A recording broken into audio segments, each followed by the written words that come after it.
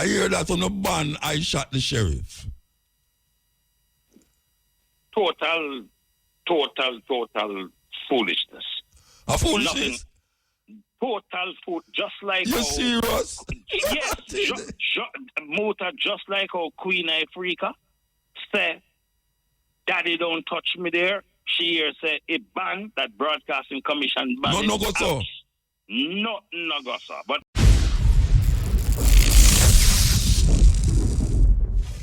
yes, today I with you upon the cutting edge. We have a guest upon the radio, you know, it's long time. We don't talk to him. And here. Good afternoon, Mr. Green. yes, the great Mutabaruka. It has been in the making for a long time. Look, man, all your people, I'm going to say you're old, man. You can't talk them over upon radio. I don't know. You need to link me directly. Them talk to me like, why you want to that late? It late, man, like him gone to him bed. No, sir. You know better than that. Anyway, for those of you who don't know who I talk to, this is the man where if you play a tune where bad the night, you get reprimanded by him, Cardell Green from the Broadcasting Commission. Also, him deal with television too, and all the things them that not supposed to be aired at certain times of the night too. So, apart from that, we want to talk to him, but we want to talk to him about something that is going to happen tomorrow, where apparently him get me involved in. I don't know how me reach this. So you can just explain to the people then what's going to happen tomorrow. Yes, Muta. No, well, a man like you as a historian, philosopher, deep in the music, this kind of discussion cannot take place without people like you.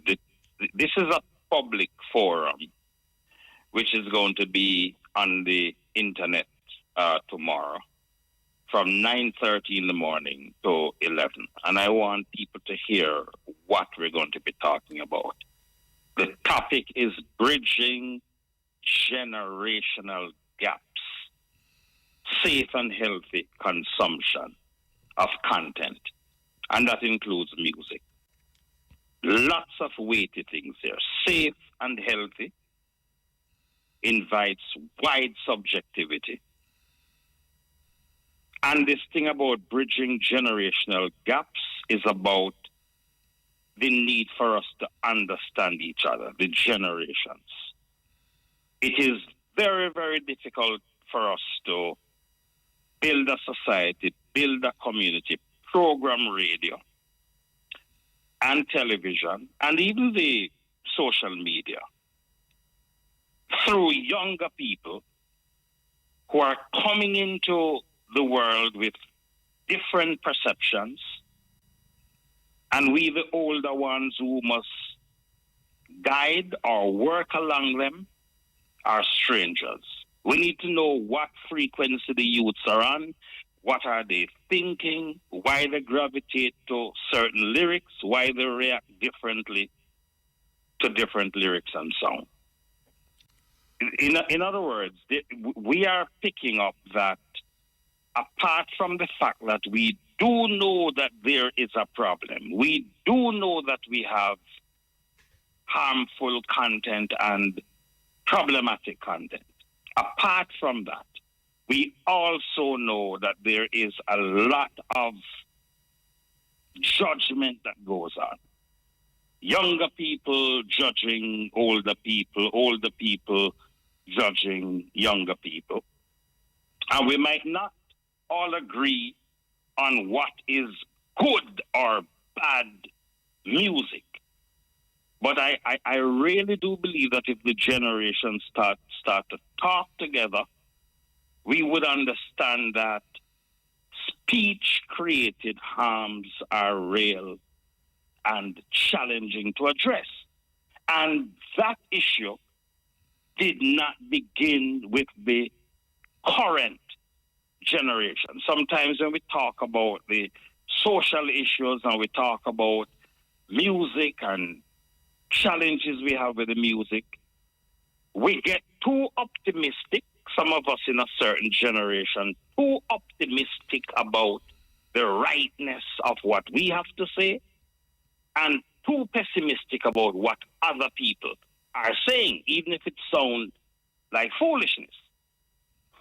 I was reflecting the other day, I was reading something, Muta, from the great Eric Clapton. And here that brother says something that really caused me to reflect.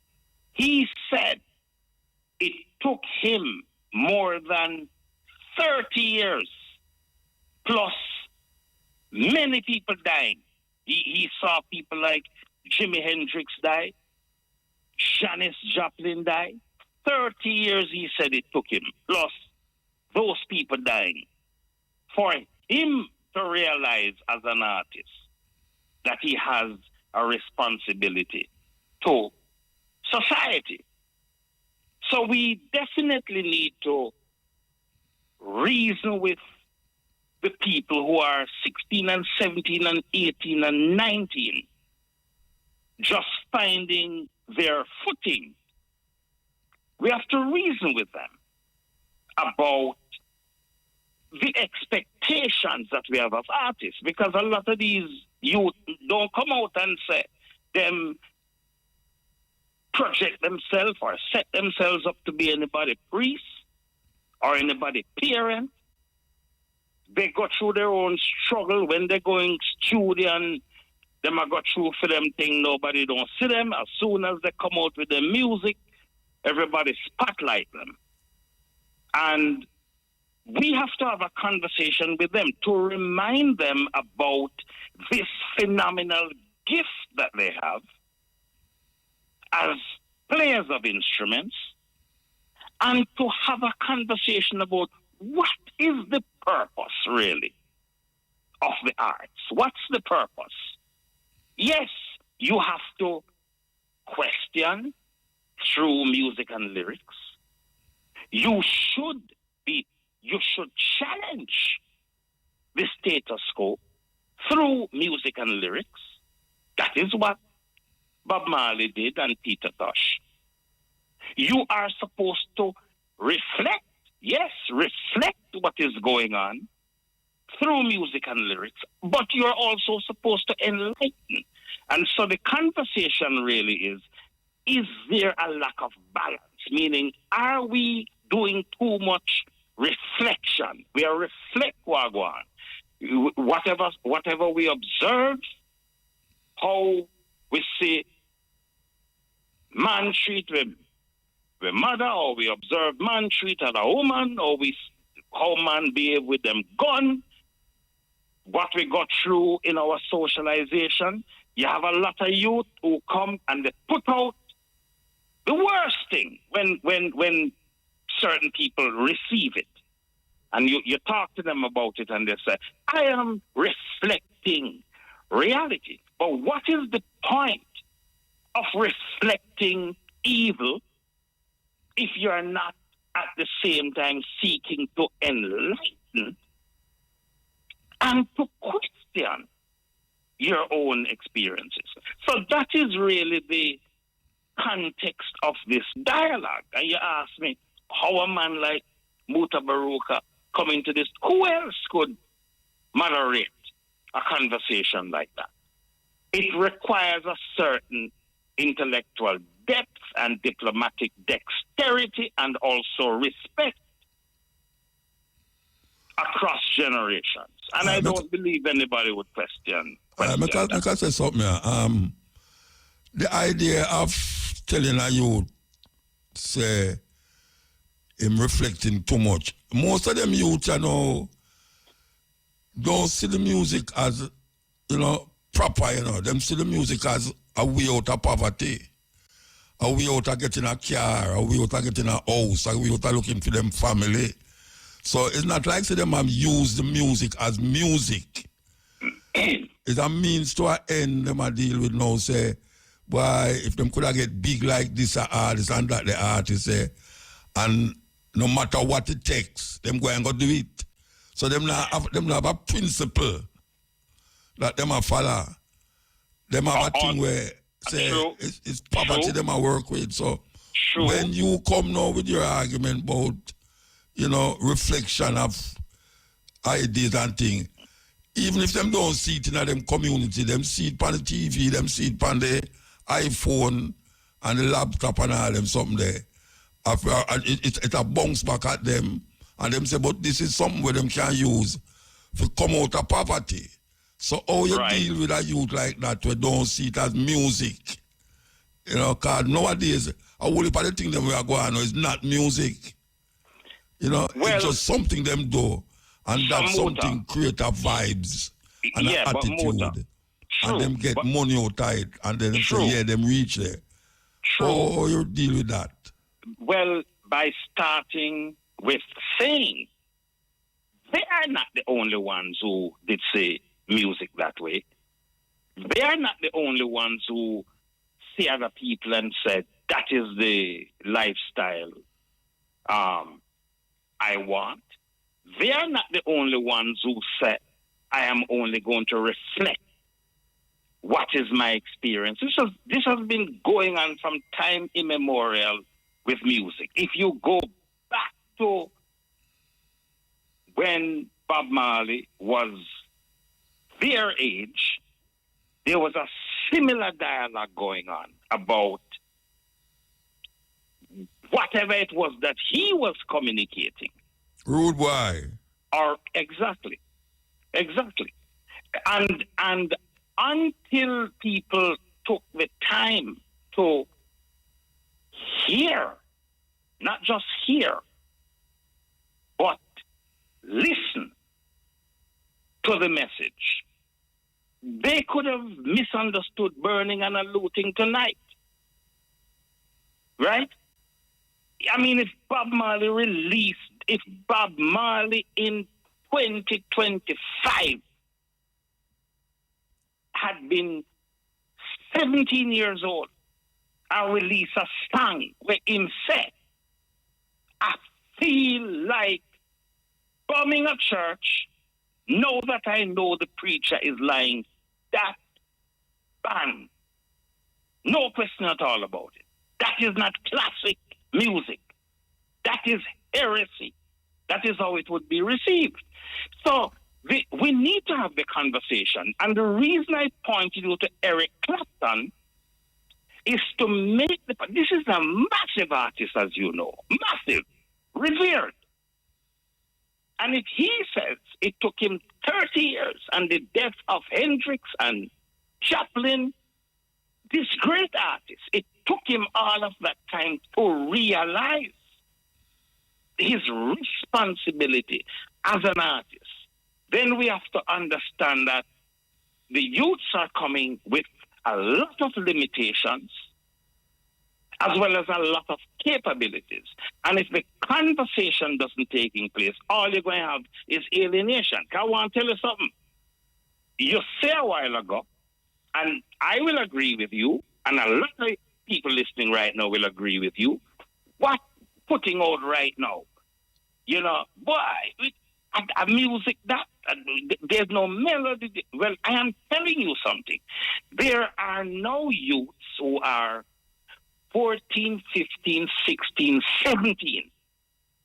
When me and you pass on Muta, and them youth now who are 14, 15, 16, 17, when them turn 45 and 50 years old, may I bet you say, them a sit down in a corner as old man, and them a go say, music we're playing now in 2060, and a good music. Back in my day, when King and Tommy Lee and Chronic Law and Skilly Bang and Cross and Tommy Lee started, when them man they make music, the best music, when me I hear now and the music. No, there's going to be some truth in the continuity across generations. We have to have some measure of determining what is of high quality and low quality. But the point I'm making is that there's a lot of subjectivity in that. Music is a personal thing. And so I believe there is more to be gained, in a conversation. Just a conversation about what are your perceptions, where you understand by certain things. Because sometimes you listen to them people.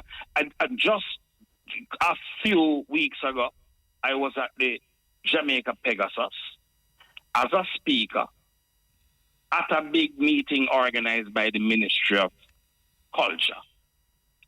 One of the people who them bring as a speaker was Valiant.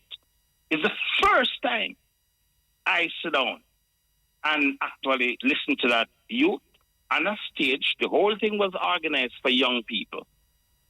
And his talk was one of the most motivational, powerful talks I'd ever heard of a young person talking to other young person. But it's the same man who put out Fully Done. So there needs to be a conversation with him. What was your intent? I mean, did you mean harm? Or is it that when you put out them song there, the truth is enough youth gravitate towards it. Because we're at school and we know that some people sit down in the back and they're not paying no attention. And somehow we can connect them to that kind of music. But I don't know. But that conversation has to take place. And I want to tell you something, Muta. When I heard Valiant at the Pegasus talking to those students and all the controversy that went on about his song, which, by the way, he did not do and he didn't speak about, it struck me. You know, perhaps the principals and the teachers should have a conversation with him before they condemn. And even if them don't have a conversation with him, don't go down the route of alienation. It's if I was a principal and Valiant put out Fully Done, and me see my student, them a gravitate towards that. May I tell you, Muta at devotion, may I come out and greet them and enough for them language. If they call themselves dog, may I come out and may I say morning to on the dog because on the principal there, fully done, me fully done in lateness, me fully done in mediocrity, me fully done in bad parenting, me fully done in man beat in woman, me fully done in rich quick, me fully done in chopping, me fully done in me want get rich quick and drive car and me no want work. Me fully done in sell your body. Me fully done in bleaching. You see where I'm going? The way I say, I don't know if I see where I go, but I say. Reverse psychology. But it's not going to happen if, first of all, we don't open ourselves to a total dismissal as distinct from, let me see how we can turn this around, or at least try to get an understanding. What socialization led to this output? What trauma led to this output? The socialization is that we are now more exposed to outside influence that take a hold of a cultural expression in a Jamaica. You know, the fashion, the way we talk, the way we eat, the way we drink, and the way we relate to each other is totally different. When 50 years ago and I hear certain tune, I never said them tune, there was foolishness, you know. I used to listen to what my mother listened to. I never used to call her song them foolishness. As a matter of fact, I did find myself, I love them, that I start collect them. So when I youth hear all certain song now, I play a part one time and I play Dennis Brown and the little daughter come to me and say, we can't play some reggae. So I say, so what you call this? She say, you don't know, we could have just play some reggae. And that is a kind of a need for understand, but don't want to know something out of your set.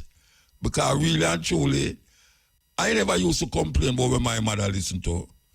I know say them youth, if you put on something where me personally I listen to now, they're going to tell you say what kind of song that you play. When you play some, our kind of music. And it behoves us to reflect on that, because the music education, you remember some years ago when this youth Depan Digital Rising Star sing a whole heap of Jimmy Cliff song. I can't remember his name now. He was the one who was up against Christopher Martin. And he was singing Not a virtue. Not a virtue. Who that, Shane? Yeah, man. Hey, you're right. Yeah, man, we're good, man. Yeah, man, not the virtue, yes. man, talk about. Yes, not the right. And I heard, I think it's Frankie Campbell from Fab 5 told me the story that Jimmy Cliff go up to the university to be honored by the university, and Jimmy Cliff, when he got the honorary doctorate, started to perform, and you have some youth up there, song. A quarrel if him not have no original song for himself. Yeah, it's another version. That I'm to Right? Babandi too.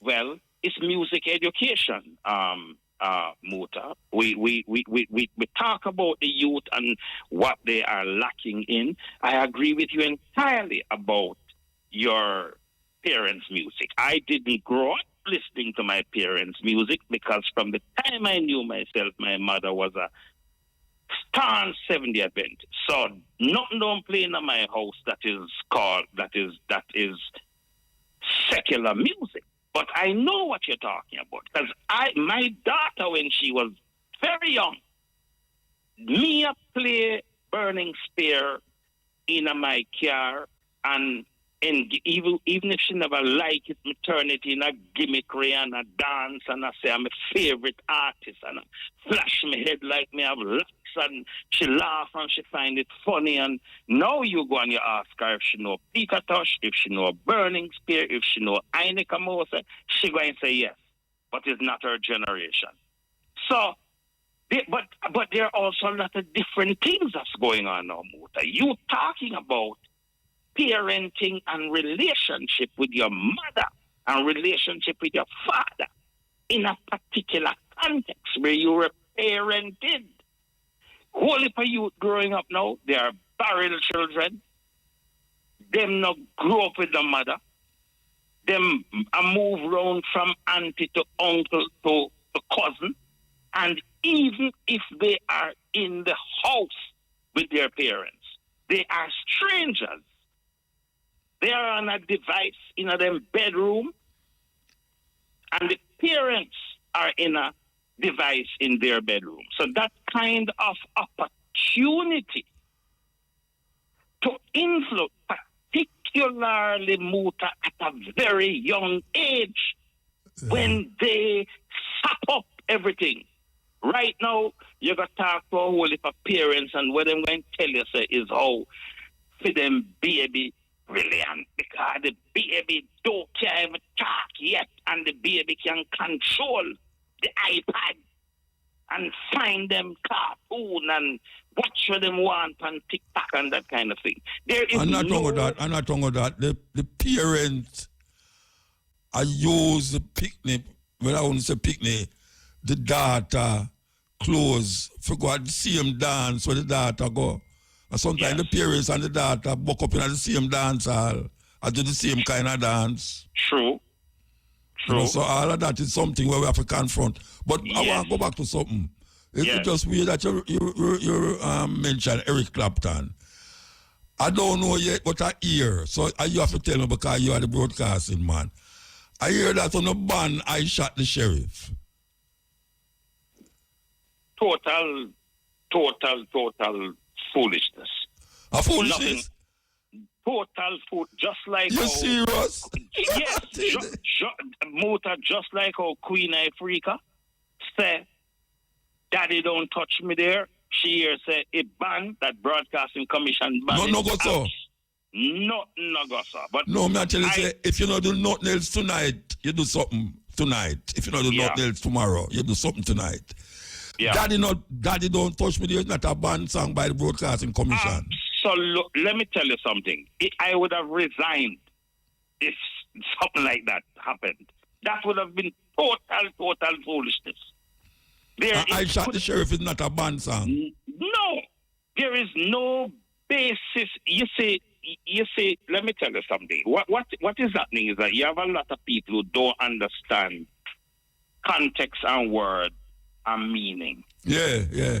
Them don't understand, for example, why you have a youth sing, where all of them did come and, Egyptian sing, a hypocrite, him sing, she give me the tightest hole me ever get in my life, and that not ban. And I said, reflect on what Egyptian is singing. And he's not the first one. Me want me pianist. Me need me pianist. You bring intelligence to music. Like the California and them. The California have a way to do that. Yes, it's about context. Long time girl may never see you. Come make me hold your hand. We don't say she held me tight. She hold me tight, girl. Right? No. Other people say it's a different hole in must sing about. But there's no way in which the Broadcasting Commission could come to that conclusion when you look at the word that he used in relation to other words. Cardell Green. Yes, sir. Cardell Green. She and I listen to you, and 100,000 people out there listen to you tonight. You are now telling Mutabaruka upon the cutting edge that I Shot the Sheriff and Daddy is not a banned tune by the Broadcasting Commission. I am telling you that. And I'm going to go further and tell you something. You know, one of the reasons Broadcasting Commission don't ban songs, and that's the other thing too. People say, ban. Broadcasting Commission don't deal with artists. We deal with you. In fact, we don't even deal with Mutabaruka. We deal with the license holder for IRFM. Yes, the station. You understand what I'm saying? The station. Here what now? Let me tell you something. You know, my personal experience, it hasn't happened recently, but my personal experience, two things. You have an artist one time, we got TVJ, go do an interview, and the artist do the interview at the same time, and the artist tell me personally, say, informer management go to the newspaper and report, say, Broadcasting Commission ban him song as a marketing strategy. 1. 2. Media Broadcasting Commission one time with a woman pester me about a certain song. That nothing play on radio and blah, blah, blah. Never hear about the song yet. Nobody don't know about the song yet. Fair song.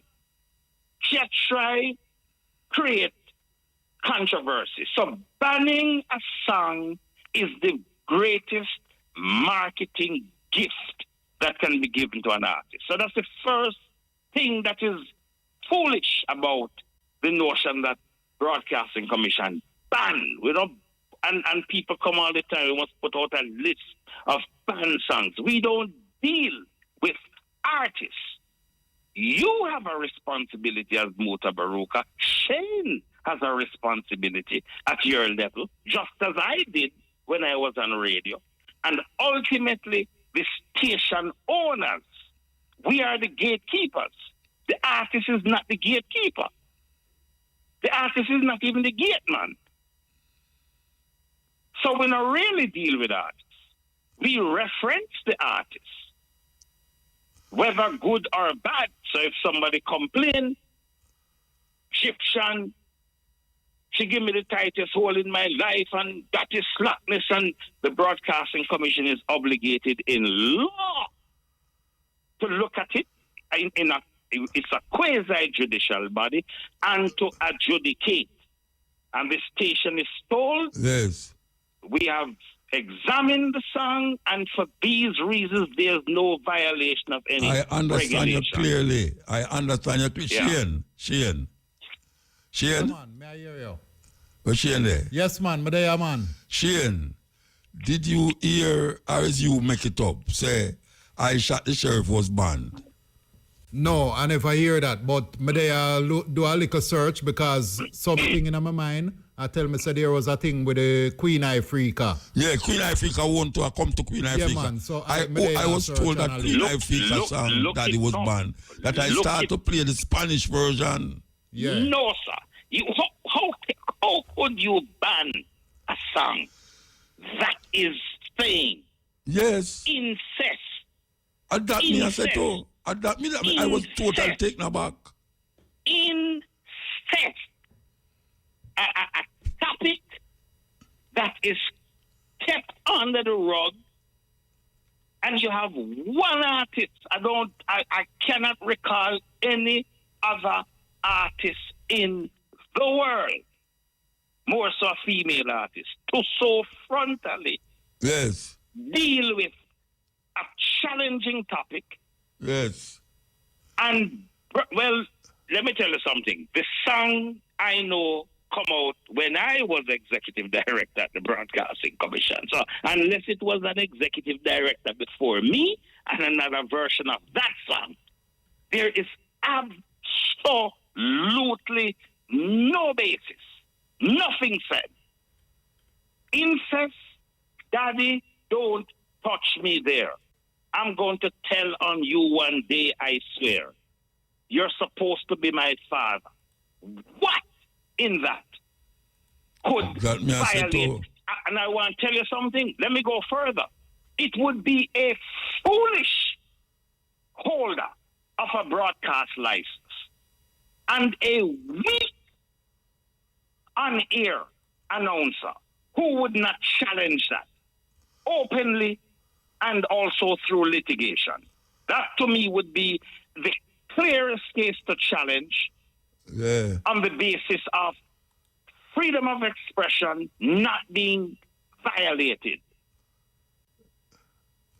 Virgin, I'm glad to talk to you. Bring the evidence. Africa bring the evidence. Me could go back to tomorrow. What happened tomorrow? 9 o'clock motor. We are saying if you're not registered yet, go to any social media handle with the Broadcasting Commission at Broadcasting Commission. 9:30 to 11. Muta will be moderating a discussion on bridging generational gaps, safe and healthy consumption of content. And you're going to hear the MC is Archibald Garden from TVJ News. The great Clyde Mackenzie is going to speak. The great Wayne Chen, who is the author of Reggae Roots, the story of Jamaican music, is a speaker. The great Andrea Dempster Chung, the co-founder of Kingston Creative. Two young people bringing their perspective. One of them, Courtney Jackson. Courtney, a young artist, the late Karen Smith and Jackie Jackson's daughter.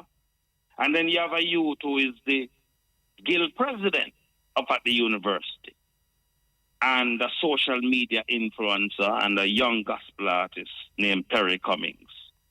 Perry in Christ. So it should make for a wonderful discussion. Yes, definitely. Definitely. And as you say, it starts at 9:30. 9:30. 9:30 until 11. Yeah, so so I have to come out there because I have to step in razor tomorrow morning, tomorrow afternoon. Yes. I have to be back here to set up for the stepping razor. Yes, man. You will be good. Don't worry about it. So, yes, Carl, I want you to give thanks, and trust me, if you don't do nothing tonight, you do something tonight. And well, that I'm happy about that. Even though I play the Spanish version, because I don't want to get the station in, no problem. No, sir. But no, now that sir. you no, say sir. Coming from the, I don't know if it's a ass or I don't know which mouth it come from. No ass. May we take personal responsibility No. They don't want to take this. The whole world here, you say that. May I tell you something? Let me be very frank with you. It would be diabolical, near heresy. I cannot hear anything in Daddy Don't Touch Me There. I know you're it neither. I know you're not in the football. Would justify it not being played. You know what I think? I believe you have people who, for whatever reason, don't want to play that song, and the easiest thing for them to say is Broadcasting Commission said don't play. Yeah, easiest thing. I want to tell you about the next one where I hear to them band too. But I will Uno band. You know, a daughter told me so she get it from a letter from, I don't know which part she get it. And you know the tune by Dennis Brown named Caress Me? No. Yeah, a tune Dennis Brown sing Caress Me, girl. Them say she not to play it. Me, no, me not. Yeah,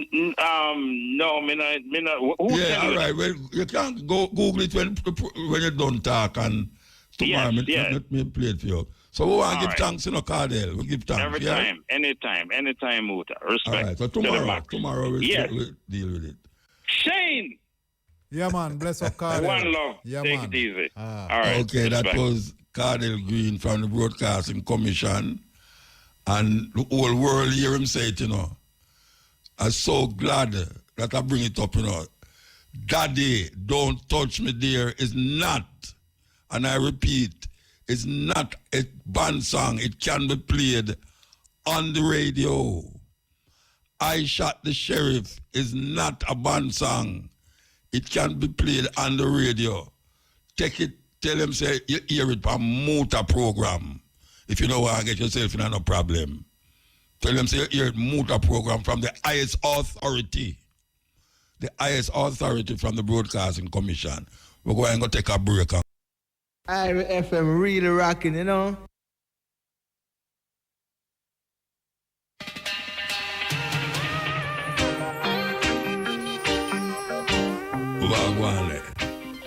Why may I hear music? Okay, all right. We want to play this clip. It's a clip with an American white man and a native from Turtle Island. We call America Turtle Island because that's what them call it. I don't know much you know, but Manhattan is an island. Yeah, Manhattan is an island. And one of the biggest real estate scam was that Manhattan was sold for $25. You hear me say? Manhattan was sold for $25. I think it's $24 too, if I'm not making a mistake. But my lady give me a listen to a interview. I don't know how much I know this woman named Mutabaruka. She's always saying some things about Africa. As a matter of fact, she's from Africa. But it's not often Jackie give me something to play upon the radio. And I listen to it and I say, I'm going to play it. And it has to connect it to the Trumpado with this USAID. So those of you who don't know what USAID mean, maybe you should have really Google it, because if you don't know it now, it's a serious thing. It's an agency set up by America for international development, where them go and help people all over the globe who need help. But as you know, America not give nothing for nothing, And sometimes it is all about what can you do for me, one and watch the other. We're going to play this. I must listen to it keenly, this interview here. Hi, I'm Steve Clemens, and I have a question. With the termination of tens of billions of dollars of U.S. aid and humanitarian assistance to Africa and elsewhere around the world, is this going to create waves of tragedy? Let's get to the bottom line.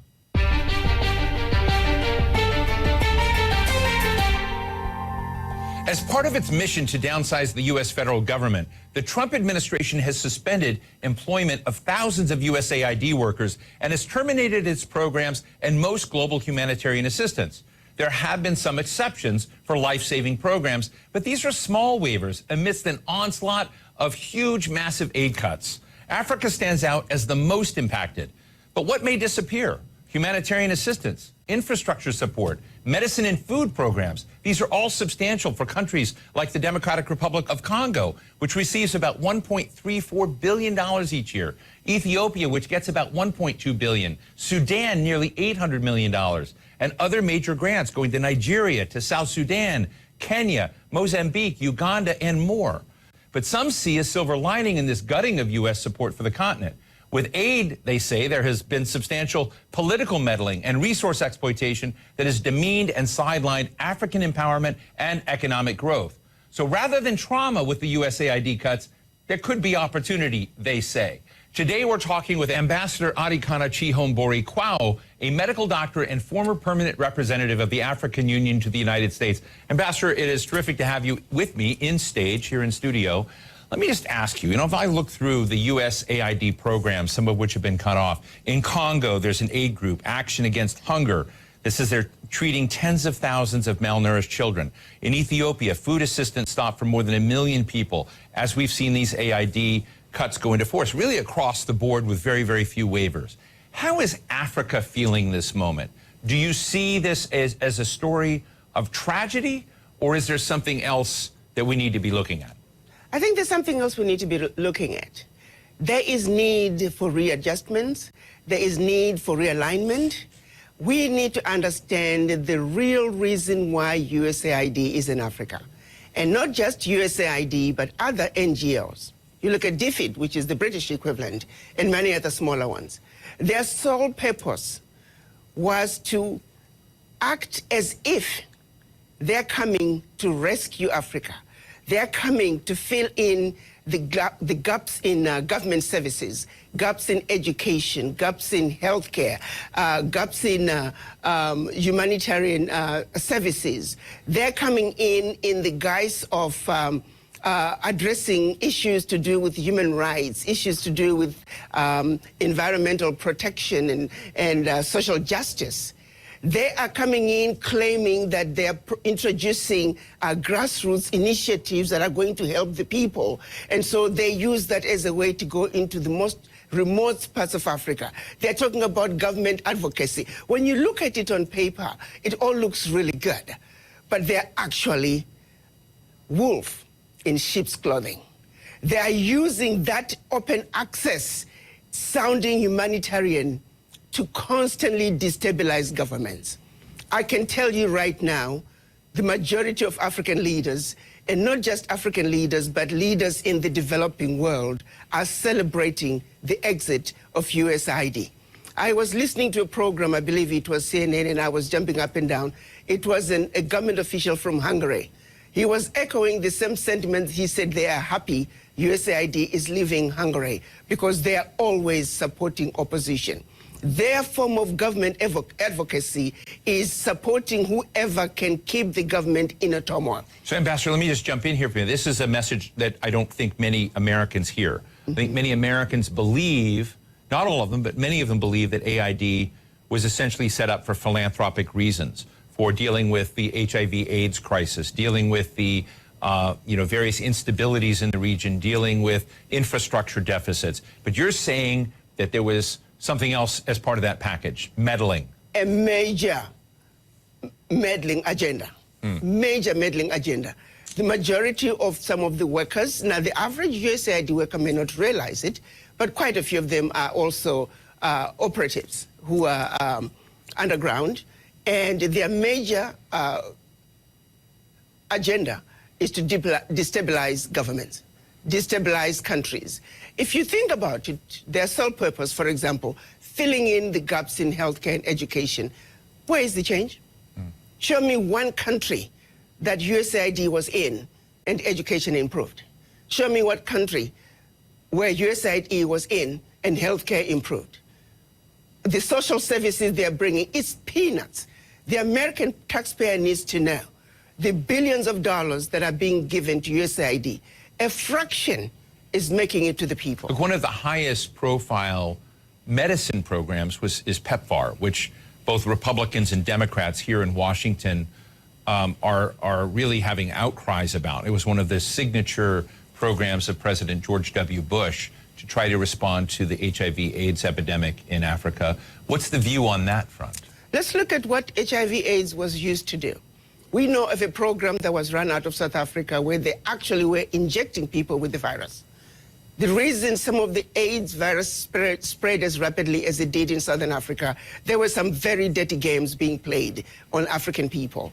They were using Africans as guinea pigs for experimental activities. Even when you look at every aspect, they're using us as guinea pigs. Yes, there is some good, a percentage of some good, but not all of it is done with good intentions. You look at agriculture, they're destroying African agriculture by introducing those GMOs. You plant your seed in one season, your soil is finished. We used to have seeds that we can use from one season to the other. The introduction of GMOs through these agencies, USAID is one of them. We are destroying Africa in a massive way. A little good is coming out, but by and large, the end result, they mean no good. They can turn around and give us an inventory and say, as long as you have been in Africa and also other parts of the world, show us your success rate. You claim you are helping governments with education and healthcare. Show us your success rate. But I also turn around and say, African governments, why do you need this little aid to assist you in providing proper health care, proper education? The average African government can afford to provide those services for their people. I happen to have many friends that work for USAID, both in the field but also in Washington. And I have to tell you, I know that they believe that they're doing good, that they're trying to move the needle for those that are in desperate situation and desperate conditions. I think it's very interesting to raise the question of what the other political purposes are. But as you sort of look at the scene now, the French are very big in aid programs. As you mentioned, the British, there are also Chinese aid programs. Are all of these programs essentially power plays, and all of them need to be suspended? How do you see some of the other international programs in Africa now? Well, these are all underground covert operations. Why does Africa need them? Why do we need them? Africa has been the provider. If you look at Europe, Europe cannot survive without Africa. One situation that people don't realize, post-World War, when the US came up with the Marshall Plan, what they don't tell you is that the contribution through exploitation of African minerals was actually the biggest funder of the European Recovery Plan, ERP, aka the Marshall Plan. US contributed $13 billion. Which is now present day $175 billion, which, by the way, the American taxpayer must be paid back. Nobody's asking for that money back. But what they don't tell you is that Africa, through exploitation of its resources by the Europeans, was actually a much bigger contribution to the European recovery post-World War II. Nobody talks about that. Why does such a continent that did so much to help Europe recover continue to be so poor? Let's be realistic here. Let's not talk about peanuts. Africa does not need the aid. What we need is for those who are exploiting Africa to stop. Africa has everything it needs. If Africa could have contributed as much as it did to the recovery of Europe post-World War II, why wasn't Africa equally developed? So what happens next, Adikana? You and I have talked about this before, and the exploitation of minerals, of uranium, of cobalt, of nickel, etc., and many other rare earths, which is apparently very much on President Trump's mind, because we see the negotiation for rare earths with Ukraine. But you and I have talked about the artificially low prices and the fact that many economies in Africa don't participate in the gains and growth of the exploitation of those resources. What happens now when these aid programs are withdrawing? Does the social contract between American mining operations or other global mining operations, does it give an opportunity for the power dynamic to shift and change, and what will that look like? I think this is a wake-up call for the African leaders. To the same extent that President Trump is saying USA first, African leaders must also say Africa first. This is a wake-up call to the African leaders to take inventory of what is really happening in their countries. Do they really need the peanuts that are coming in as aid? What is really going out? If I may use the example of what happened in Niger, when the government decided they were going to take over the mining of their uranium. The French companies that were mining the uranium were paying the government 80 cents a kilo for the uranium, and then turning around and selling the uranium to the rest of the world at 200 euros a kilo. So that one move from the Nigerian government to say we are now going to take ownership of our own uranium, they went from realizing about $1 billion in uranium resources to over 300 billion a year. Do you realize what I'm talking about? No Huge. amount of NGO could bring that kind of money. And this is only one mineral.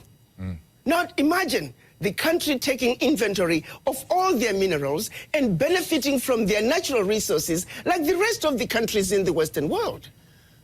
That is what African leaders need to look at. Do you see that in the horizon of African leaders right now? They're do gonna you have see to. them? Who do you see as the standout winners of that kind of change? And who do you think is still chasing AID contracts? Let me tell you, we need to look at what's happening in Burkina Faso, Niger, and Mali. President Traore is standing up. He is saying the natural resources in Burkina Faso, they belong to the people of Burkina Faso. Niger is doing the same thing. Mali is doing the same thing. Every leader must look at what's happening in the Sahel nations to say, like anybody else, you must take care of your people. You have your natural resources. You have everything you need to take care of your people. Why do you continue to be beggars? Look at what is being brought in by not only USAID, but all the NGOs in your country. It's peanuts. It's a joke that the African leaders should continue to be beggars of peanuts when you are looking and allowing billions to get out of your country year in and year out, if not trillions, in natural resources that your people should be benefiting from. It is a wake-up call for African leaders to wake up and say, President Trump is saying, US first, America first. You too must say, your country first, because you have everything it takes. It is a joke. It is embarrassing to see I have not seen any African leader cry over USAID living. I can tell you for a fact, the average African leader privately is celebrating the exit of USAID because they know what is really going on. Let me ask you a geopolitical question. And again, you and I have had the opportunity on this show to talk about it before, which is the relationship of the United States broadly with the African continent. Now, I realize the continent has a lot of different nations, different countries that are part of it. But President Trump is not known to care much about Africa. He has talked about it in very derogatory language. His comments about USAID have had nothing to do with Africa. They've had to do with downsizing the scale of government and the perception of corruption and policies that are not consistent with his own. He's not framed any of this in terms of African needs or whatnot. So when you think about that, what do you think is the possibility of changing the dynamics of the relationship between the Trump administration and African leaders when it doesn't seem to be on his radar screen? To be honest with you, why should African leaders care? Why should Trump care about Africa? He shouldn't care about Africa to the same extent that the African leaders really shouldn't care about a relationship either. If the relationship can be worked out, that's wonderful. But if President Trump is saying, I have a mandate from my own people to take care of my people, and I'm doing what I need to do to take care of my people, African leaders need to take that same position. You see, it takes two to tango. If President Trump does not want a relationship with Africa, Africans shouldn't be begging for it. Are you with me? Do you think this will transmit to the way Africa deals with Europe? With France, with Germany? I'm hoping that this will translate into African leaders looking from within, because they don't really need to keep looking outside. They have what it takes. It's a wake-up call, just like what happened during COVID. It was a wake-up call for African leaders to realize that you must begin to look within Africa to take care of yourself. When the chips were down, the world walked away from Africa during COVID. So that's a reality. No supplies were coming to Africa. Africans were not manufacturing anything, and African leaders were forced to look from within. This, I'm hoping, is another wake-up call where African leaders also begin to realize we must look from within. But let me underscore this. The average African leader and majority of leaders of developing world, I can tell you, they are celebrating the exit of USAID, and we hope that there will be exits of many other NGOs that are carrying out nefarious activities in Africa and anywhere else in the developing world in order to further the agendas of their governments, which is to continuously destabilize, divide, and conquer. To be quite candid, Ambassador, much of the world looks at the African continent as a gold mine, as Absolutely. a diamond mine, as Absolutely. a mine for precious materials and resources, which we've talked about.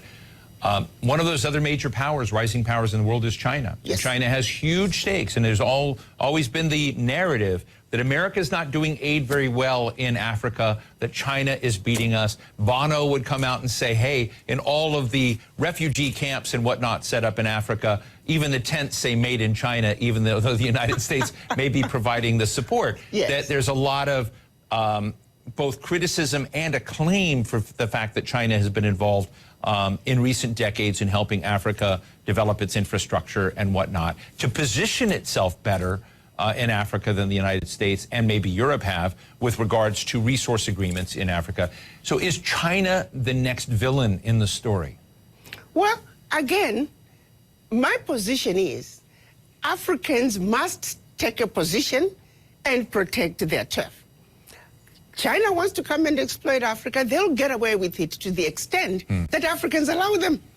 The United States wants to come and exploit Africa. They'll get away with it to the extent that the Africans will allow them. The question is, does Africa have an African position when they come to the negotiating table with the world? The answer right now is no. Africa must unite. Africa must speak with one voice, and Africa must go to the world stage with one voice, one agenda, one plan that the world will have to respond. But as long as Africa is going to the world as bitty little countries, as Togo, as Eswatini, as Guinea-Bissau, Africa is fighting a losing game.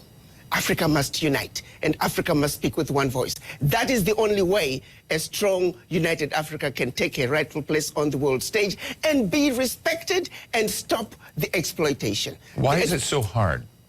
I think it's a long history. If you go back to colonization, if you go back to the Christianity and how it was introduced, how we were trained to be subservient. In Africa, the rules of the game were the same. I think that what was done to brainwash black people around the world, long before they even left Africa, we are still suffering from that legacy of colonization, the legacy of slavery, where the people in power, they themselves don't believe they can do it. We still have leaders who believe you can't make it unless you're working with white people. We have individuals who think only something brought in by white people is what's likely to succeed. With that kind of mentality, it is a very difficult battle. Our battle to succeed, to unite as the African continent, it is a battle of the mind. And each and every African must realize that we are defeated where it matters the most. We want to come forward, just a little piece left, but, you know, it's the time when we say it's 12 o'clock in Jamaica. Brothers and 12 o'clock. This is Yes, we're going to Mutabaruka, and she's setting some points that we need to think about. Marcus Garvey, words them just are floating on my head when me hear she talk. Africa must look about Africa. Africa for Africans, those at home and those abroad. You see Donald Trump come and say America is America, and he must say him not take no foolishness from the rest of the country them and all these things. He must look out for America.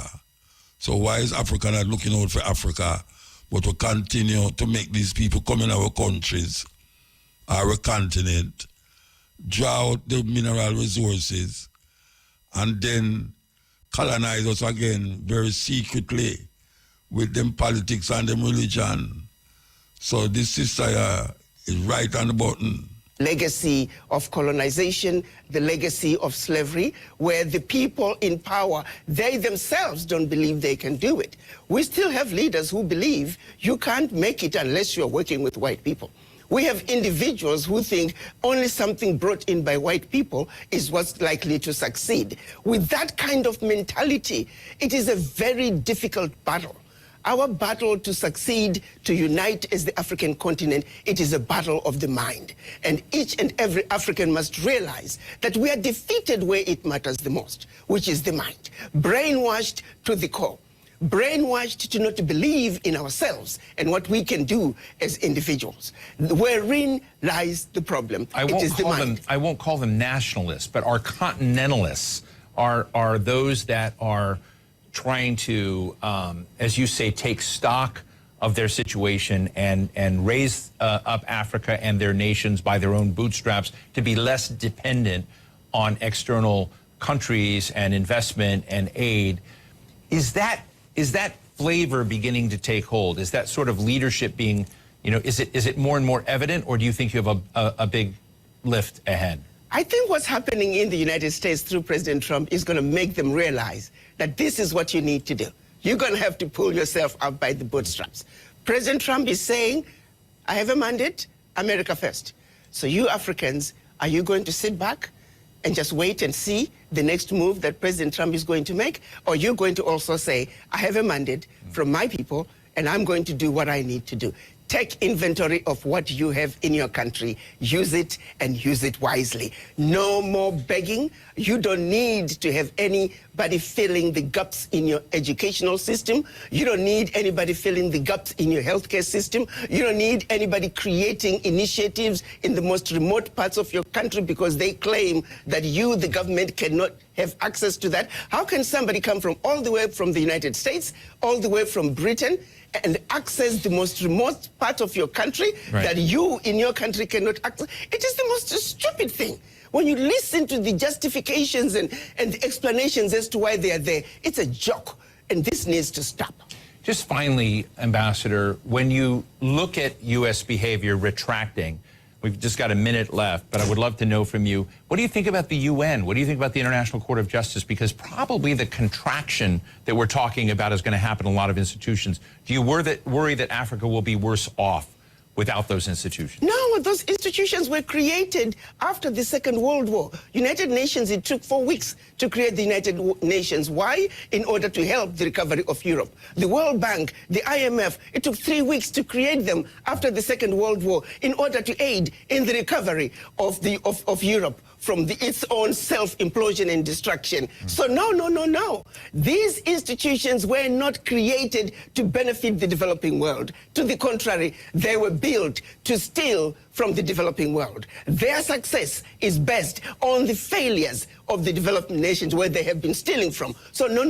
We must celebrate what President Trump is doing by exiting the United Nations, by exiting the World Health Organization. We need the U.S. to exit the World Trade Organization because they are doing nothing on the African end. They are giving a blind eye to blatant exploitations, unequal, uneven trade policies that are hurting Africa. You take, for example, cocoa.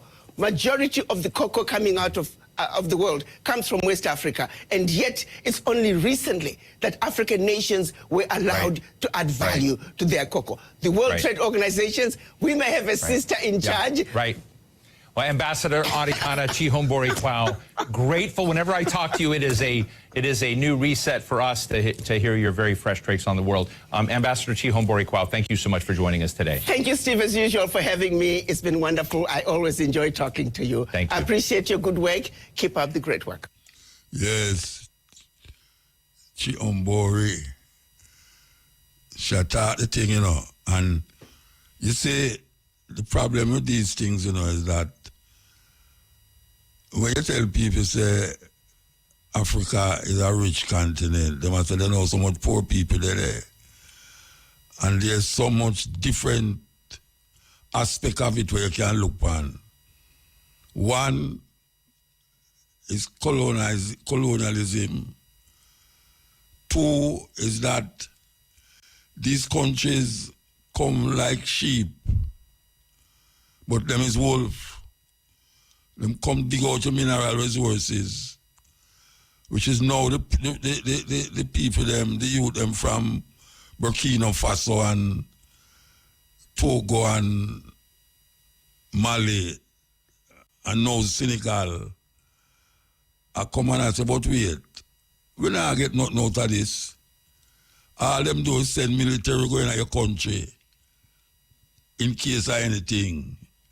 And then them dig out resources and carry it go away. And make billions of dollars, while Africa still remain poor, even though it is the richest continent. So now Donald Trump come and show them, say, look here, America, we are dealing with, you know. So you see all the money that we are giving all over the place. We are pull it back, you know, and use it for help America. That is the attitude we must have, and that is the attitude where Marcus Garvey, the talk about when them say Africa for Africans. Nationalism, African nationalism, Africa for Africans. Yes. Maybe you have to take a book out take a page, you say take a book. Maybe you have to take a page out Donald Trump book where he might look towards America and exploit the people them in America. Just like how Biden and Kamala Harris did go down to Africa. Well, Kamala them same go down there. Forget the people them, give them aid and money, for accept homosexual behaviors and practices. They was giving away money, you know. I think Jamaica was part of that too. LGBTQRST, they must giving them money and aid to recognize that form of behavior. The African them say no way. And them put some stringent measures upon the African leaders them. After them decide that is not part of them culture, them now accept it. Now, see our next man come again and a draw away aid. Warm to the African people them. Warm to the leaders in Africa. With them there. Shouting it loud and clear. Mama Africa, hello Mama Africa, how are you? Serious music them. Listen to the words of the lady that just talked. And you realize how important Marcus Garvey words is. Yeah, man.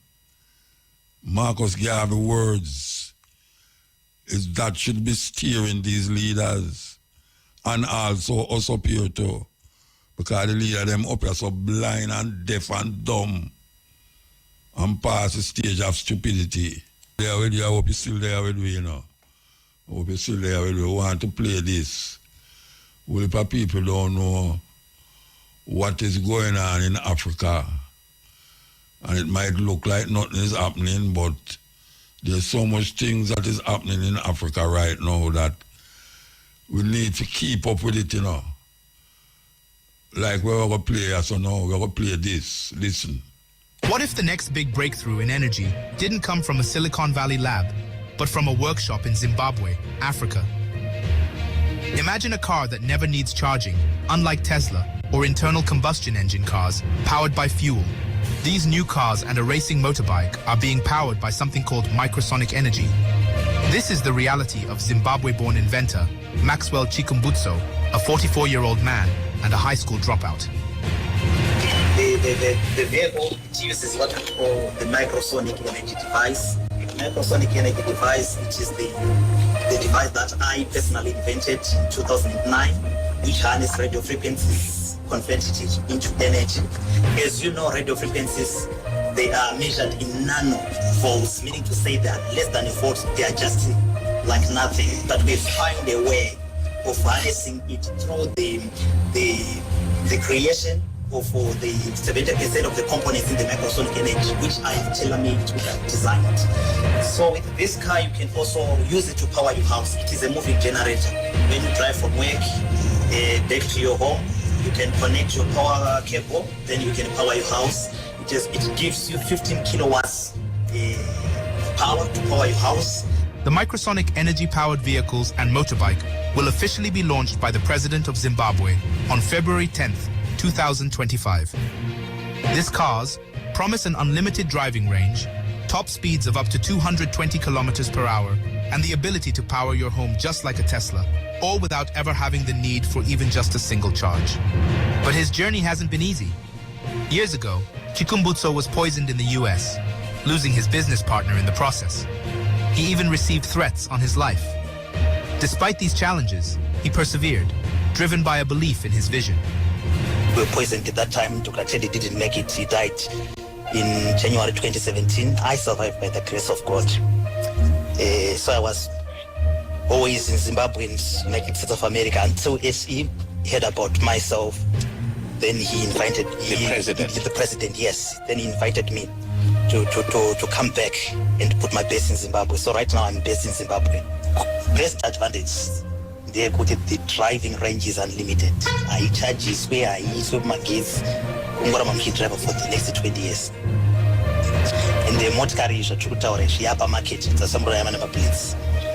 From 2015, we have been working hard, testing needs, homologations, CPCA certifications, ISO certifications, FCC standards. Even when it comes to Zimbabwe, it went through VID. You are the inventor. Yeah, I'm the one who invented the technology. Maxwell Chikumbutso's story is as incredible as his inventions. A self-taught genius, he began tinkering with gadgets in the late 90s, building radio transmitters, digital navigators, self-powering televisions, and even a turbine engine from scrap metal. He says his inspiration comes from visions, ideas that come to him in the night. Is there any other technology working? With this technology, no, this is the first vehicle in the world. Where is it? Here in Zimbabwe.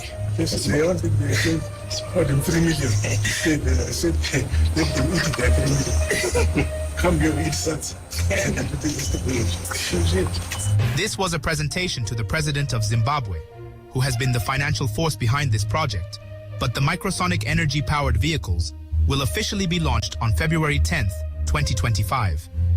The highlight of the pre-unveiling at the presidency was obviously the car, which he made in collaboration with a Chinese automaker. According to Chikumbutso, he partnered with Chinese carmaker Kaiyi to make the car, which is called the Kaiyi Safe. Chikumbutso says the car has an unlimited driving range. It does not need any charging. It just works, just like that, and it can hit a top speed of 220 kilometers per hour, as well as power your house, just like a Tesla. So according to Chikumbutso, the deal is, Kaiyi provided the vehicle, and he basically installed the microsonic motor into the vehicle.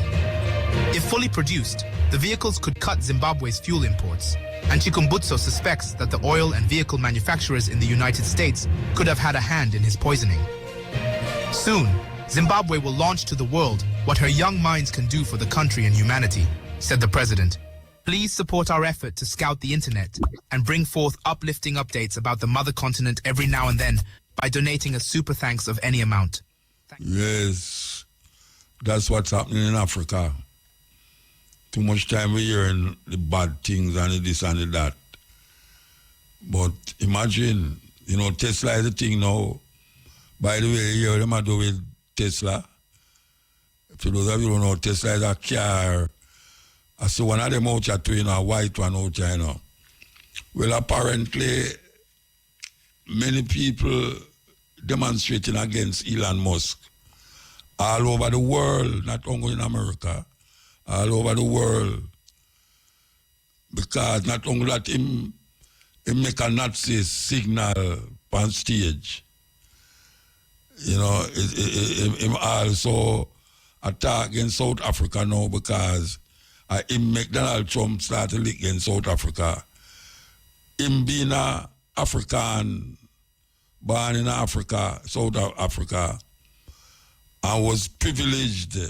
He was one of the privileged white them under apartheid who used to benefit from black labor and now become one of the richest man in the world. And because the African them decide, say, they will have a land reform in that 70% of the land is owned by 7% of the population. I know the population is white. 7% is white people. Can you imagine 70% of your land is owned by some foreigners who come there and have your great-great-grandfather and mother in a bondage? And now when you come and say you're going to make some new laws for govern the acquisition of land, that the land can be equally distributed amongst the population, you come here now and say, he's a terrible person. And this is what Elon Musk did. And then Donald Trump take it up and say, I'm going to lay certain sanctions upon South Africa. And you know, the South African, them was the one who did actually raise up and say, Netanyahu is a murderer. He should be brought to the court of justice.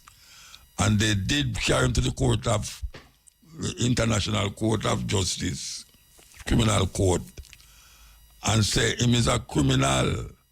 Him is wanted. Well, so far, him don't go in no country where them would have hold on upon him. The country them where him going is countries where sympathetic to for him cause. So now we see him still there on the loose in Gaza, still a kill people and a bomb people, and still recognized by Donald Trump. As a matter of fact, Donald Trump just sent him a massive amount of weapons. Massive amount of weapons. So you see that the American system is not different. It look different sometimes, but it's not different. Because the same thing the whole of them are defend. Same thing the whole of them are defend. That's why when we listen to all the sister we talk a while ago, we say, we need the aid from them for. Them aid connected to other things. Them aid connected to other things. And we have to realize that. We can't just go on like we are more dummy and puppet pan string. So we have to recognize that them and look out for themselves. And we are going like we want to look out for them. We take a break. Conquerors. The Arabs didn't come to Egypt until 640. The first non-African people came to Egypt, otherwise called the Hyksos, in 1675 BC. The Africans there were already in the 13th dynasty period. They had built every pyramid you saw there before. They had done the S-turn in the Nile. They built every one of the major temples that had already been built, including the Grand Lodge of Luxor. The first European to come there did not arrive until the Greeks arrived with Alexander II, the son of Philip of Macedonia. Look, I'm a college graduate. I never heard all this stuff. Because they didn't intend to teach you that. They can't tell you that you're inferior and teach you that you taught Europe. The first Europeans to be civilized by the Africans were the Greeks. When you heard of Homer, the first European to have written anything, you couldn't miss that. They said that Homer wrote the Iliad and the Odyssey. And that was not until 833 BC. The Africans had already in 255,000 at the Tassili Mountain. They had the Sibyllian period, first, second, and third, the pre-dynastic period, all the way up. The Africans had produced men like this, Imhotep, the multi-genius that designed the step pyramid of Saqqara, the first man to be a physician that even Hippocrates, the so-called father of medicine, is giving him credit and calling him the god of medicine. The Greeks changed his name from Imhotep to Esculapius. There he is. The Arab conquerors. The Arabs didn't come to Egypt until 640. The first non-African people came to Egypt, otherwise called the Hyksos, in 1675 BC. The Africans there were already in the 13th dynasty period. They had built every pyramid you saw there before. They had done the S-turn in the Nile. They built every one of the major temples that had already been built, including the Grand Lodge of Luxor. The first European to come there did not arrive until the Greeks arrived with Alexander II, the son of Philip of Macedonia. One thing that keeps me puzzled, despite having studied finance and economics at the world's best universities, the following question remains unanswered. Why is it that 5,000 units of our currency is worth 1 unit of your currency, where we are the ones with the actual gold reserves? quite evident that the aid is in fact not coming from the West to Africa, but from Africa to the Western world. The Western world depends on Africa in every possible way, since alternative resources are scarce out here. So how does the West ensure that the free aid keeps coming? By systematically destabilizing the wealthiest African nations and their systems, and all that backed by huge PR campaigns, leaving the entire world under the impression that Africa is poor and dying and merely surviving on the mercy of the West. Well done, Oxfam, UNICEF, Red Cross, Life Aid, and all the other organizations that continuously run multi-million-dollar advertisement campaigns depicting charity porn to sustain that image of Africa globally. Ad campaigns paid for by innocent people under the impression to help with their donations. While one hand gives under the flashing lights of cameras, the other takes in the shadows. We all know the dollar is worthless, while the euro is merely charged with German intellect and technology, and maybe some Italian pasta. How can one expect donations from nations that have so little? It's super sweet of you to come with your colored paper in exchange for our gold and diamonds. But instead, you should come empty-handed, filled with integrity and honor. We want to share with you our wealth and invite you to share with us.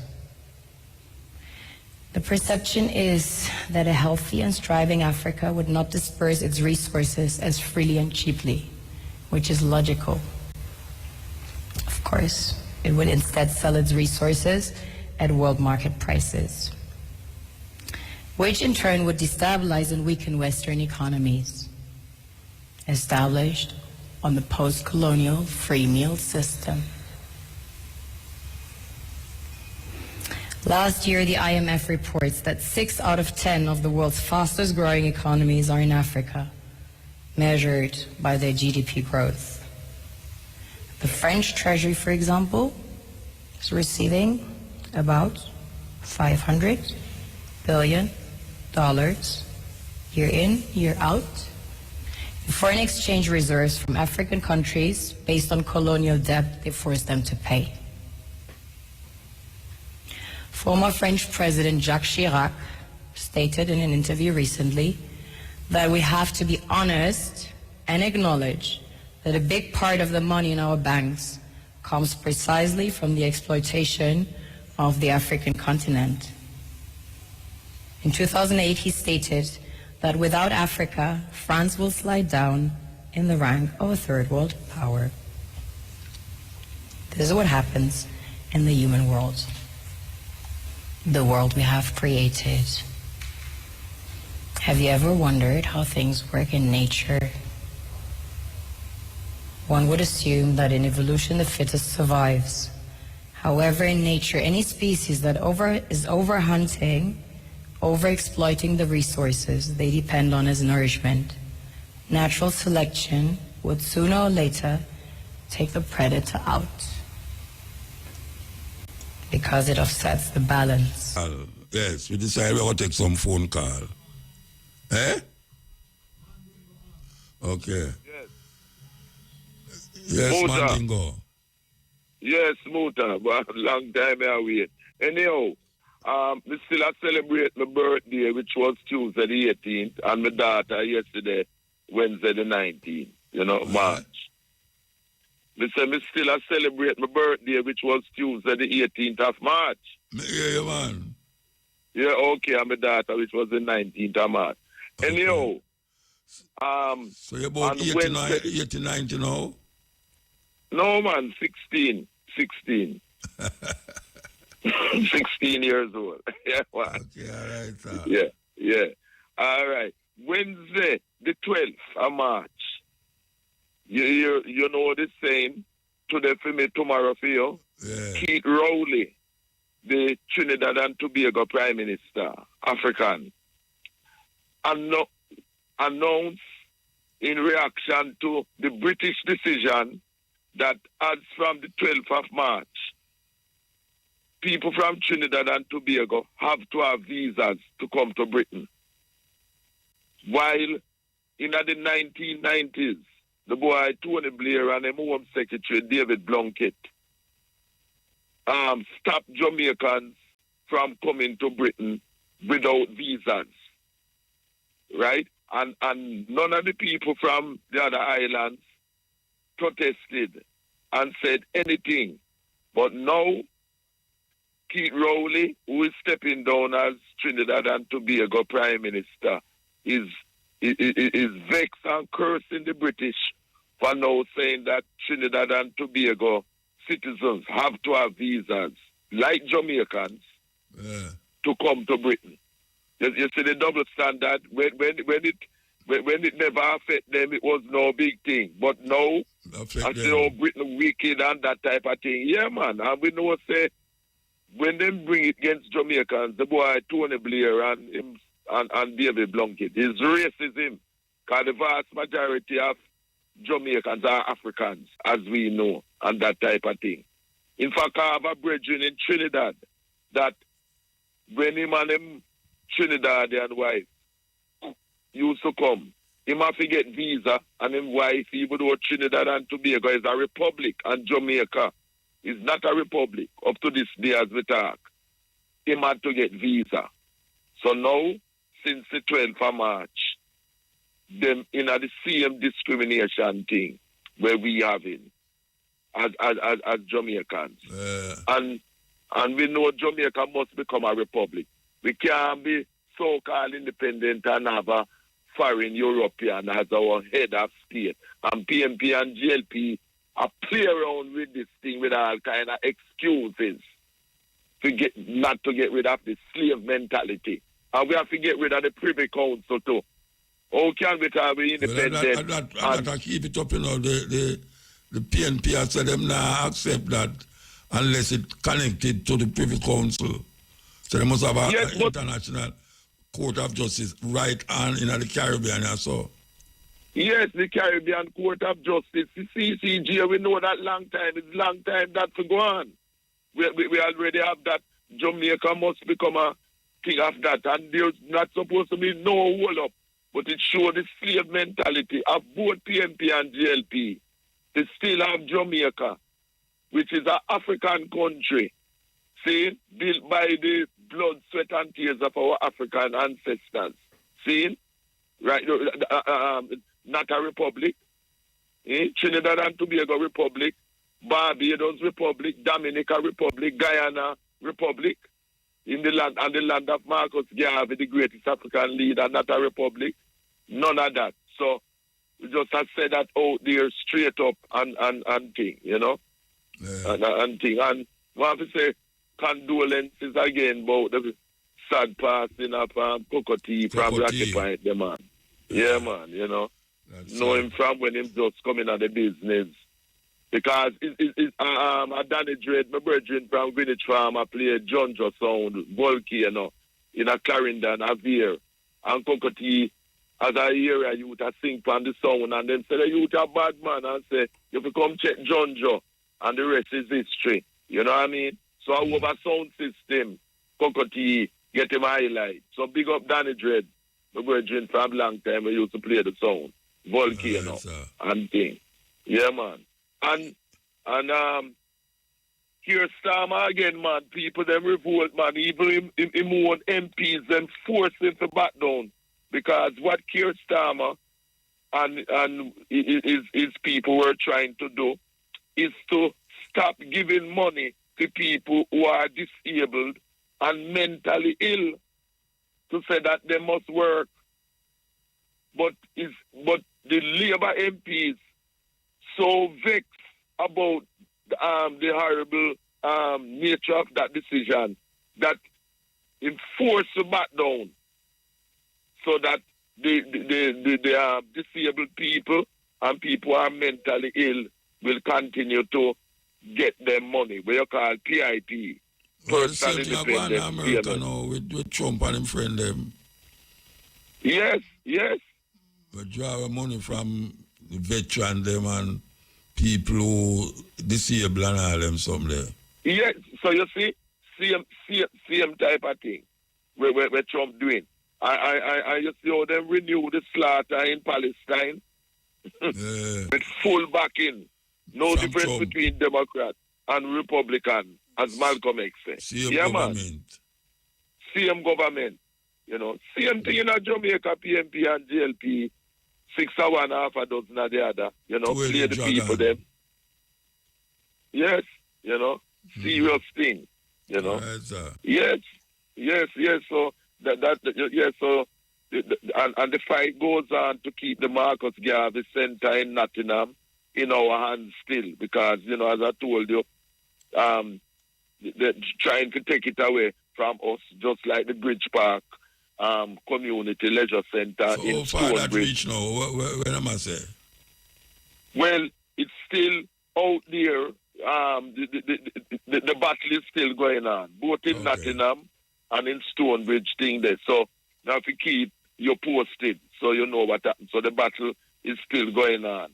And remember that Friday is the anniversary of Sharpeville, you know, in 1960, when them shoot down 69, at least kill at least 69 of our people, you know, the 21st of March. Sharpeville, 21st of March, 1960. You know, the Pan-Africanist Congress members who demonstrated against the past laws were shot down, you know, and that type of thing, you know. You know, serious situation, you know. And yes, that is the situation, and the crime situation here is still bad, but Jamaica is worse in this sense, Muta. You know that Barbara Gale who was murdered, the person has been arrested, the boy who they say, you know, murdered her. But look at the woman from Westmoreland who was killed some months ago. You remember the case? And also the woman in Ocherayas, the nurse who was retired, come from Canada, who was robbed, raped, and thing. People have not heard anything further if those responsible have been arrested, and justice has to be not only done, but must be seen to be done. And this is why a lot of people are afraid about the crime situation in Jamaica. People are murdered, and you don't hear any outcome in a lot of the cases. And I mentioned those 2 prominent cases, you know, of the woman in Ochi. You know about that situation. When most of them you hear about it still. Most of them you hear about it, really. And I notice that the police them kill more youth now with the gun them. We shoot after them planes, so they go youth them shoot after them. I just say there's more death from police bullet now. More death from police bullet. Yeah.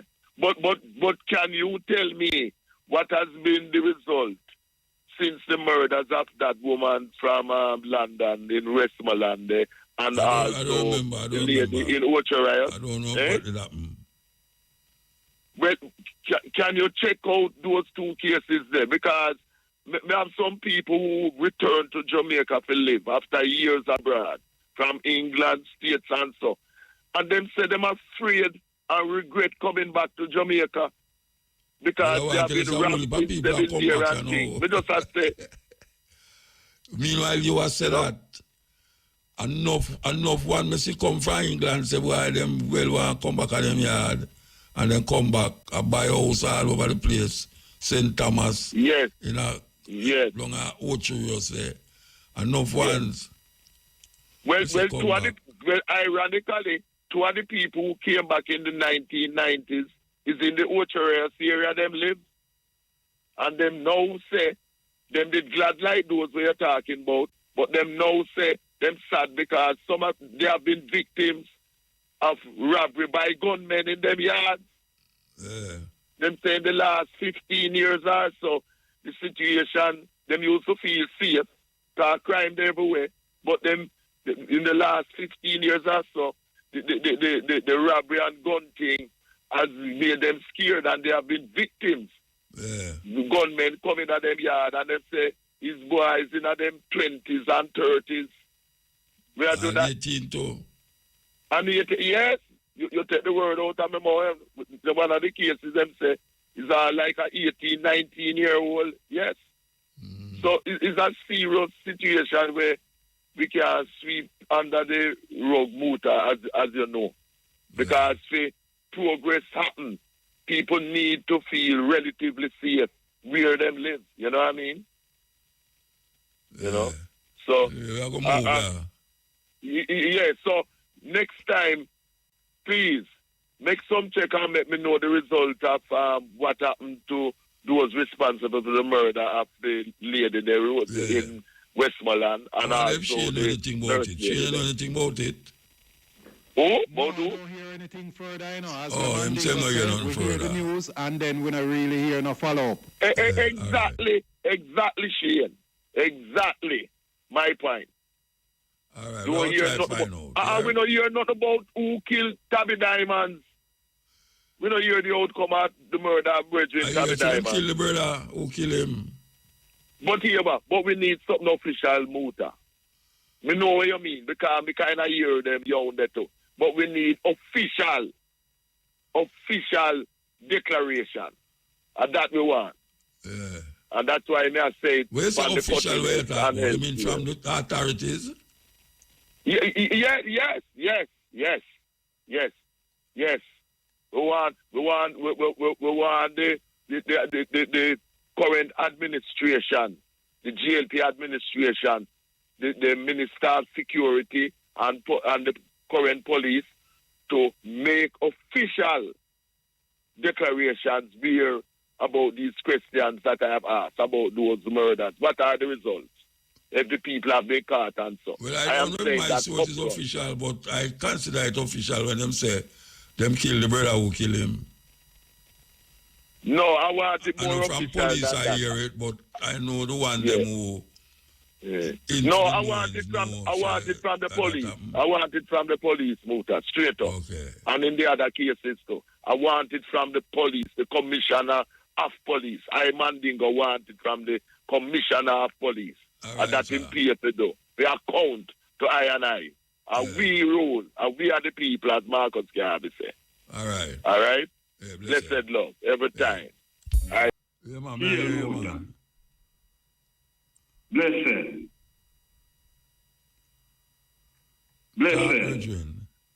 Yeah, I hear me.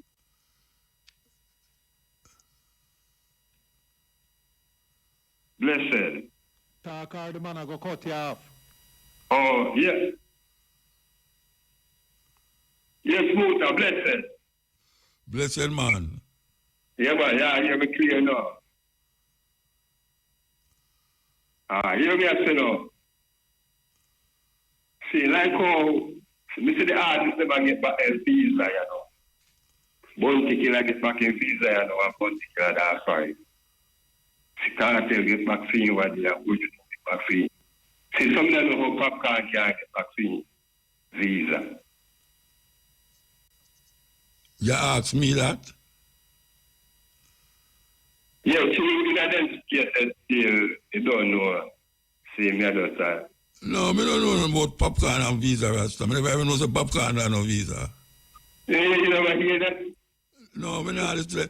But today, I know when they get back for him visa too. I not keep up with that. Oh, should I think they come from radio regular music? No, and everything come from radio, me hear, you know, like the person that tell me about a murder where I go on, where it go on. Me hear about it, but I don't know where it happened with that. So I don't know why it interests you how Popcorn get back in visa. Yeah, come here. Over a decade now, where them not get film visa back, you know. Who that? Eh? Who that you say not get back in visa? No, me say over a decade. When them not get back in visa, we're gone away today. I guess them gone away. Oh, one particular 15 years. Yeah. So, I don't think Popcorn ever had no visa for 15 years. Well, no, how long still, but a long time. In chat. Yeah, well, me don't know, Bridget. You have to go ask somebody, trust me. The entertainment reporter come on our boss and ask Shamara them. Yeah. I saw fight go on. Fight go on with who? You see. Fight go on with who? The Jamaica government are fight against popcorn. So them never fight against Bujuto and Vibes Cartel and Bounty Killer. Them never fight against Bounty Killer. Yeah, but you look at the popcorn and get a harder fight. Why? How long no popcorn and how long popcorn and no visa? I suppose over 10 years. Then over 15 years Bounty Killer and no visa. Yeah, but Mr. No father man get back to that system. Get back fitting. No, but they say a fighter go on is a 15 years Bounty Killer no have no visa, and at 10 years you say Popcorn have a visa. So what is the difference? Why you think so them a fight against Popcorn and never did a fight against Bounty Killer? Why me say that still? Because when I tell when Popcorn and chat in the UK, see the police they not pressure him up, they not search up and pressure him hard. And when time Popcorn check you out, the police then explain to him and tell him, say get a report from the Jamaica government. Say certain things from that side of my pressure. So we find out that the Jamaica government are fine. Popcorn, got even Ricky Super me for radio data. It's a long time.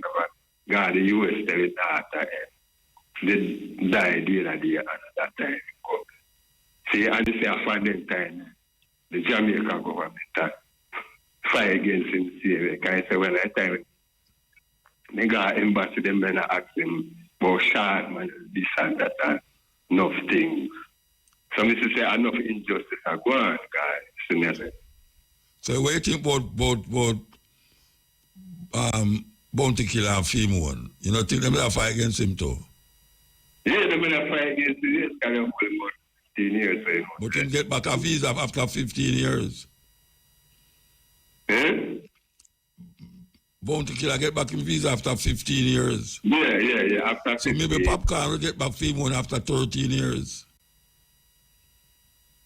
Well, we have to see what I go and still, because most of them are getting back. I look back, Buju spend 10 years in prison in the US and get it back. Yeah. So Mr. Man like Popcorn should I get it back by now still coming. Yes, him convict.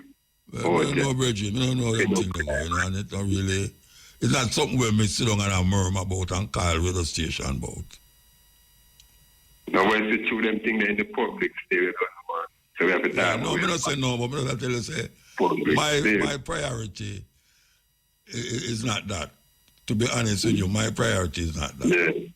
All right? I will say, look, you see Popcorn go Canada.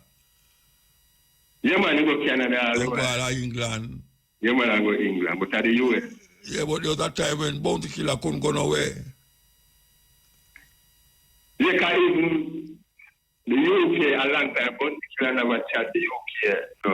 Yeah, that means a long time, Bounty Killer never go nowhere. So, him did handle more stringent thing than Popcorn.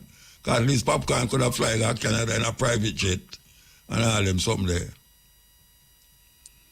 Anyway, I hope you see me tomorrow. With the European board thing, you know, all over here, if tomorrow get back your money, you start. See, that thing then I right still can the man work hard for money. Yeah, that's a terrible thing. A long time, no. That is a terrible part. That's a terrible thing right now. Yeah, that's a terrible thing. Terrible thing that. Remember, the Prime Minister, they have an account at the same bank and him close. You out Fame one before everything happened. Yeah, before everything happened. So when we find out a general ship are gone. See what I say? Somebody will recruit a tankal tune in your general ship. So see what I say? I don't see a go on place. I come to sink our general ship.